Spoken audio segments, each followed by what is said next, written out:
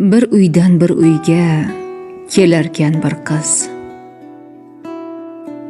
Bir dunyo orzular bilan kelarmish.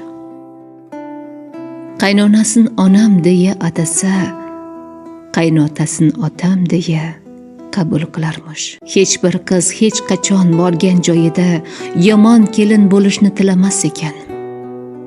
Lek afsus, hamma ham kelgan kelinni qizim deb boshini silamas ekan. Qiz bermoq, jon bermoq demoqdir asli.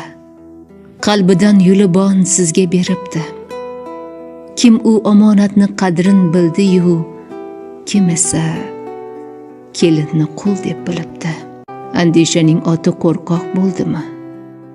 Jim bo'lsa, shunchalar yer qilasizmi? Birovning dilini vayron qilmoqlik, Ka'bani buzmoqlik. Siz bilasizmi?